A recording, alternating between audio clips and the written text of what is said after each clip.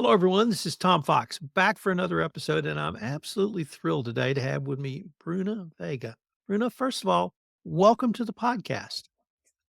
Thank you, Tom. It's such a pleasure to be here to discuss about the development of the compliance department worldwide and the importance of this department for the financial market. So thank you so much for your time here to bring me at this space for networking and knowledge. And thanks for the audience for following up this episode. As you might have figured out, Bruna is from South Texas, maybe a little south of Texas. But we're going to have a great discussion today about compliance, specifically, or at least particularly in the financial market in Brazil, but also globally. And she's got a lot of great ideas around both of these geographic areas. So we're going to start with Bruna. If you could give us a little bit about your professional background. Yeah, thank you. I started at compliance department 10 years ago by now. I started as a trainee and then I developed my career until I get to the role of legal and compliance officer as I do right now. And I work in a fund management. So we have to take a look at all the regulations in force for the kind of product that we serve for the clients. Really, how does that background help you have the perspective on combining the regulations that you and your clients are under with the compliance challenges that every financial institution has in a market, whether it's in Brazil or the United States? Yeah, financial market, I think, is one of the business that has most regulations in force to combine. So it's difficult to have all in track. You have to always taking a look at what the regulators are publishing, and you have to be the person responsible in the company for checking if what you're doing in your daily routines are in accordance with what the regulation in force requires you to do. And besides that, you have always to accomplish with annual deadlines, reports that have to answer for the regulators, and you always have to be approving due diligence with third parties. I think that compliance department, the main important to understanding all these regulations and making sure that the company is looking for it. So I'm always interested in people who can talk about the development of a compliance department, a compliance function, compliance within a corporation. I started coming to Brazil about 2015. And the first Great. time I came, I would have said at that time, Brazil, this was the start of Lava Jato. And I would have said compliance was about 5 years behind the United States. The Clean Companies Act had just come into force. Yeah. And then I came back in 20 right the first year after the pandemic in 2021, I think, and I would have said America's 1A and Brazil is 1B, meaning there had been a huge development of compliance, internal compliance programs in Brazil in that time. And so I was wondering if I could ask you to give me your overview of how compliance functions developed in Brazil, literally for the 10 years of your practice. Yeah, sure. I think that when I started at the department, it was not even called compliance yet. It was called risk management only. And we had to understand how to bring the standards to what we have right now. I believe that from the past 10 years by now, we developed a lot in AML, especially. And Brazil is one of the best reference in the whole world in terms of having all the rules enforced both in the website of the Brazilian SEC and the Brazilian Bank of the Central Bank. So we have all of these groups totally for free for anybody that wants to access it, wants to do a self study. So if you want to become a good compliance officer, it depends a lot on you to light on all these rules and making sure that your company is doing exactly what the rule requires it to do. And especially about the fund management part, we also have an organization called AMIMA, which is quite similar to FIRA. We always have events that they provide to clarify some doubts that the financial market has. And they also publish a lot of manuals trying to catch all the people's doubts lately about the new rules. Yeah, in terms of financial market, we became in Brazil one of the biggest reference in the whole world in terms of standards and in terms of how the rules are available for everybody to access. The development of compliance programs in response to those rules is equally interesting to me. And what would you say are some of the factors that have driven the growth? For instance, you just talked about the rules and regulations, but in America, we saw businesses require companies they did business with to have compliance functions. And then banks and financial investors required compliance. So it was actually a group beyond regulations. Has that been your experience in Brazil or is it something different? Yeah, definitely. We are going to this path that if you don't have a good compliance department developed, you won't be approved in the due diligence. So even if you somehow try to pay for the regulator, you won't last for a lot of time because you will be catched by them. And you will also be catched by your third parties and you won't be able to make your business grow because you will feel the pressure from all the sides to make it happen. But one thing that I recognize is that in the past 10 years, I got to know some people that rule company, then they are more fashion way to think, oh, we had done a lot of money without accomplishing with all these things. So I have right now the obligation to have a department that takes me money to invest in the department. It doesn't get me directly any investments at all because compliance department doesn't has, bring clients. And so there are a few people that still think that compliance is not there necessary and it's quite expensive to make happen. But this culture is fading away because we can see that if you are not going to use all the sites will be pressuring you to failing in the financial market because you won't be approved by your third parties, you won't be approved by the regulators as well. We always receive a lot of requirements from the regulators along the year asking for evidences. We have to pass through these tests. So if we don't have a good department always catching, there's Your role as a compliance officer, does it include responding to other companies' requests to either look at or assess your compliance program? Is that something you have had to do personally? Yeah, we do have to report for due diligence, for audit procedures. We have to report for all the requirements on behalf of the regulators. We sometimes receive requirements for the Brazilian SEC, the central bank, or from our FIRA, which call ANBIMA. We always receive the kind of questions about how a specific activity will is going on and the evidence is to prove. And if for some reason the fund doesn't respect the limits of investment that it was supposed to accomplish with. We also receive in time a lot of requirements to prove that we're trying to do when how we're trying to solve the problem. When we are doing everything right, we always receive these kind of questions, and we are for some reason something goes wrong, we also will receive it as well. So the let me go back to something you said very early, which I think was when you began your career, these departments were not called compliance, but were called risk or risk management. Yep. Why that intrigued me so much is in America, where actually compliance is moving towards that, towards thinking about compliance as one type of risk. Obviously, any company has risks, whatever their business is, and certainly in the financial markets or financial industry, there's types of risks. Mhm. But here's the question. Why this is such a challenge in America is compliance professionals tend to be people like me who are lawyers by professional training. And risk management is not always something they are familiar with, particularly in financial markets. Has that Mhm. been your experience, or do you find that with your professional background, you've been able to sort of wed those two concepts, one risk in the financial industry, but compliance as well?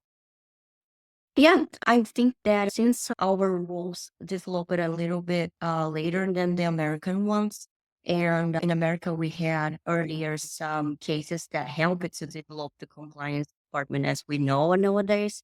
The USA was some steps forward comparing to us in a few years ago. But now, right now, we are getting a lot closer. We are getting to the path that we are always looking for the same subjects that you choose. It's a part of a compliance agenda to review all the policies, to review marketing material, to review cybersecurity and accomplishing with all the tests that we have to do to guarantee that the data that the company holds will not suffer any kind of attack. So all the subjects that an American financial company has to accomplish with nowadays is basically the same subjects that we do in Brazil, but it was not the reality a few years ago because we had to pass through the same process of knowledge that America did, but it did earlier than us about having scandals and cases that helped us to understand how the compliance department was important and how to build the right standards and guidelines to do. So that really leads to the next area I wanted to visit with you about, which is balancing multiple Mhm. regulations simultaneously. And you talked about the American regulations and you talked about the Brazilian framework.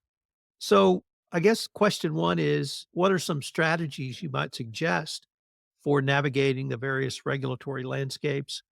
And then the follow-up would be, are there frameworks that a financial institution could think about which would comply with both, or do you need a separate framework?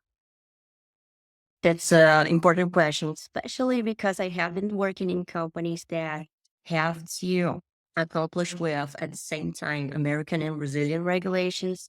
I always try and to looking for the more tough standard. So if I were compliant with the more tough one, basically I would be in accomplished with the easiest one as well. For bring an example here. In America, you have to provide a backup of all documents for 10 years. In Brazil, the deadline is 5 years. So I always try it to reach the most typical standard, which would be 10 years, because I would be of a level play also in accordance with the Brazilian one. Another example that passed it through was when we already had the AML rule in America, and we didn't have the same standards in Brazil. We started to implement all the procedures to do a risk-based approach. At that time, we were already looking for all our relationships of employees, third parties, and clients in a risk-based approach, putting them in high, medium, and low risk, and doing again this analyze for the frequency of the risk that we established to each relationship. That's something that for a while it was a reality for the American regulation, but it wasn't for Brazilian yet. So I already, because we had to comply with both. But few months later, it turned out to be as well an obligation here. So we have the same standards for AML in Brazil that we do in America. I'd like to maybe turn the focus to some of the hot topics in compliance. And I Mhm. want to start with money laundering. And I say that with the following introduction. There was a multi-billion-dollar enforcement action in the United States against a Canadian bank called TD Bank, which had a US branch. So that's that's sort of on everyone's mind right now is money laundering. What are some of the key challenges you are seeing from where you sit in Brazil on money laundering these days? I think that a big challenge sometimes is to, in terms of the fund management, is to get to know about the evidence before it turning out to be a real risk. Sometimes you prove a client in the time that it didn't show any risk at all. So you put us in a low risk, and you would only get to analyze this again years later. If you keep all this time not refreshing this analyze, it can happen anything that could change your concern about this risk. and it can change as well how you are comfortable with continue with this relationship. So I think that the most difficult part about doing AML is refreshing this analyze year by year and getting to know the risk before it turns out to be a real scandal. The perhaps the most ubiquitous topic right now in compliance is AI. AI Yeah. governance, use of AI in compliance, policies and procedures around AI. And I guess I wanted to just ask from your perspective, what are some of the key issues you're either seeing or you're advising companies on? Yeah, that's a good question, Charlie. European Union just published a new act about AI system, and I believe that next step will be having a rule in America and having a rule in Brazil totally dedicated only about how AI systems must behave and how they must provide some reports to guarantee that the AI system counts with human intelligence as well to guarantee that the data won't be attacked in any way. Because, for example, if I put all the AI systems some questions in my from my daily routines and it counts with clients' data, I am not quite sure yet if we are totally secure that it won't be attacked in any way. I believe that the next steps about this subject is having rules for each country about the subject and obligating the financial companies to have manuals about how and in which moments we are supposed or not supposed to use a AI system in our daily routines. So I think that by this year from 2026, probably the companies will be lining on to have internal manuals to use AI systems internally. So, Bruna, I wanted to maybe turn towards the topic of compliance considerations in marketing, but I want to pair it with how do you help or how do you continually communicate to the business unit employees their obligations around compliance without causing compliance burnout, without causing compliance fatigue, without causing, oh my God, another email from Bruna. Okay, Mhm. delete.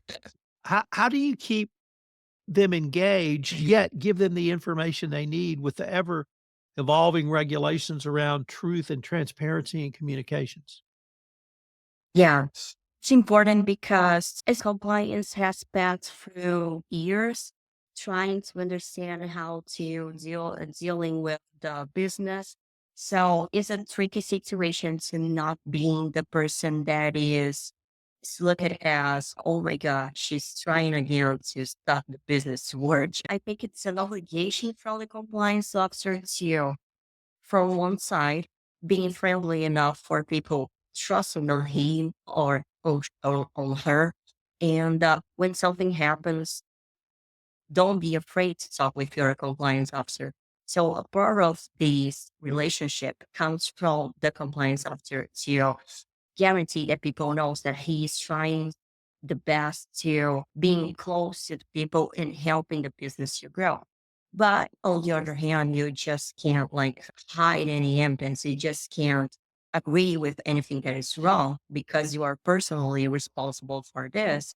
It's important, I think, when you are going to be hiring a company to guarantee that everybody that is leading the company knows that you were doing things right and you're not going to agree with anything that is not in accomplish with the rules. And one one other topic that it's important is time to time you have to refresh with people about the compliance subjects in a good way. You have to do a training that people feels interested to listen to. You have to do a training that people will really understand the importance of accomplishing with the rules and understand deeply about the finance and all the risks that we are taking if we are not going to do the things in accordance with the rules. I think that the best feedback that I ever received in my career is that I really know that I can count on you and I really know that you try your best to make the business develop, but you won't do it in such a way that I'll be in a risky situation. This is the best. feedback I ever had. But you have to make it in a difficult way. You don't have like a bad cop. You have to guarantee that people really understand your concerns. So people will be pro compliance as well. Not only you will be pro business. So it's important for both sides to have this relationship always develop. And for the company, best thing that can happen is if your compliance officer never quits from the job, because the worst thing that can happen is having to change such a person that must be from your loyalty and a person that you have to really trust on. So if this role is always coming and going with different people, there is a red flag there. So, Bruna, let me end by asking you the following question.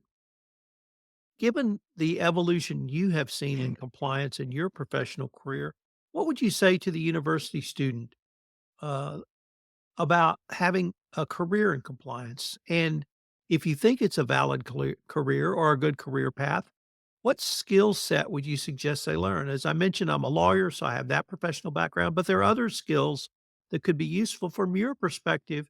How would you advise a university student or someone else who may be thinking about compliance as a career?